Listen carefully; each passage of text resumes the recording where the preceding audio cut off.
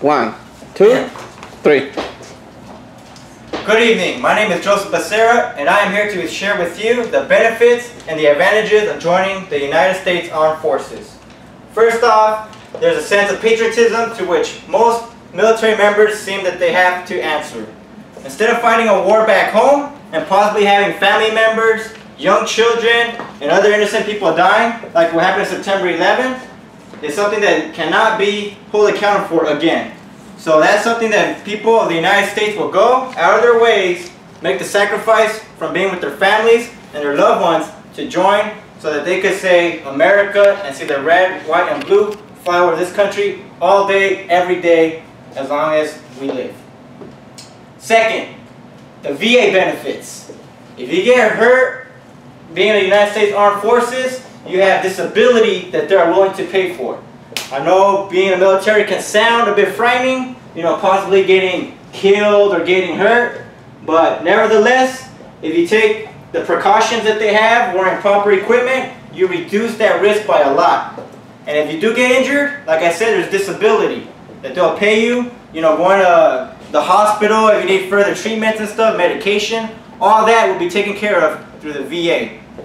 As well, there's a thing called the military loan, which is 0% down on a house, in which most cases you have to save about 10 to 20%.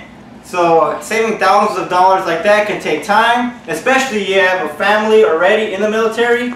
It's a great advantage because you just go purchase a house with no money down. As well, with that, you can use it in the military. So while you're in, you can purchase a house. If you're close by to a base that you probably live by or something like that, you can buy a house, rent it out later on, or use it as your own property after you get out.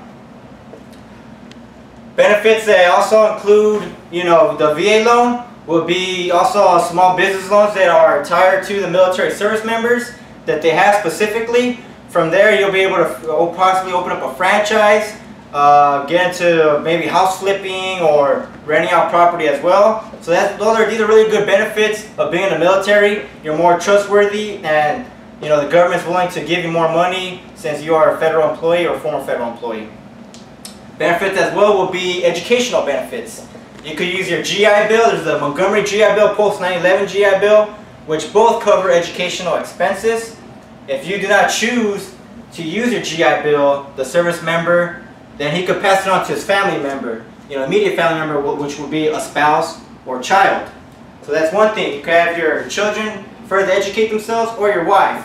As well, there's a thing called tuition assistance. You can start using after your second year in the military, and they'll pay up to $4,000 a year for that service member, which one I'm doing right now at National University. I'm taking advantage of that because at CSUN, it was so expensive, Cal State Northridge, where I was at, and it was about $8,000 for 1 year of school. So I ended up dropping out and joining the military to pay off some of those debts and be able to get my GI Bill and take advantage of the educational benefits the military offers. As well, there is a thing for spouses. If you're married to a military service member and your spouse wants to do school, they pay up to $10,000 and they'll cover books and other expenses like that. Right now I got my wife going to University of Phoenix, and it's a great benefit, having that spouse scholarship, because between that and the FAFSA money that she's receiving, she's riding full with no payments for the school. So that's a really good thing right there. Another benefit of being in the military will be traveling the world.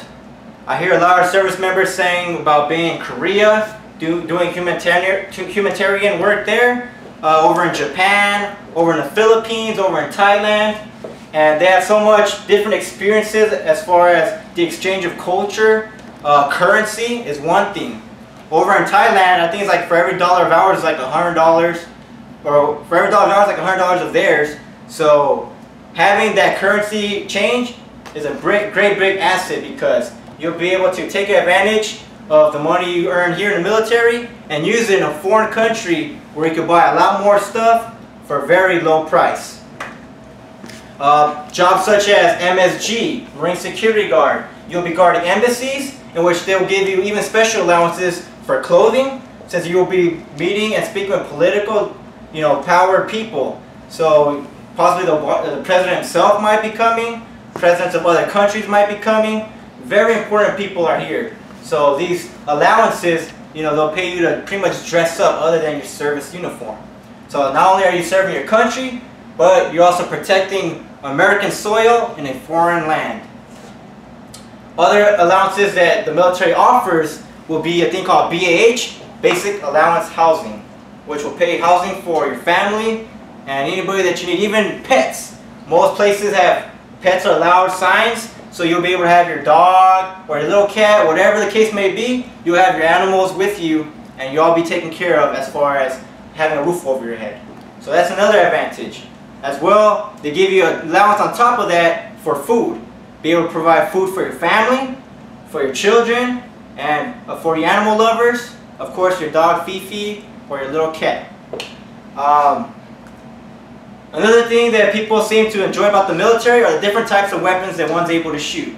Now a lot of people, you know, can say that they shot a 50 cal machine gun or shot an AT-4, you know, anti-tank missile launcher, or even throwing a grenade.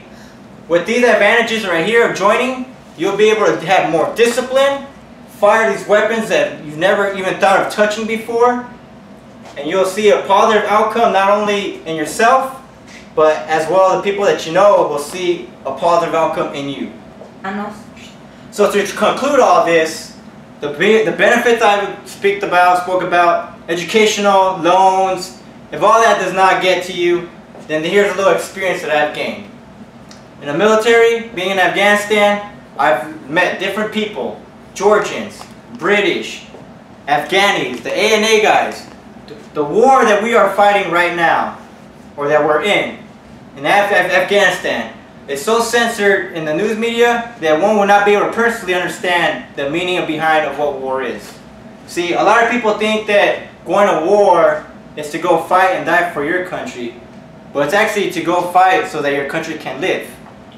Like I said before, you go over there so that war will not be on our grounds. Everybody saw what happened with September 11th, and nobody wants to see that. Nobody wants to see what happened with September 11th. Nobody wants to see innocent people dying, a war in home soil. But yet, if nobody's willing to step up for the fight, then what's going to happen?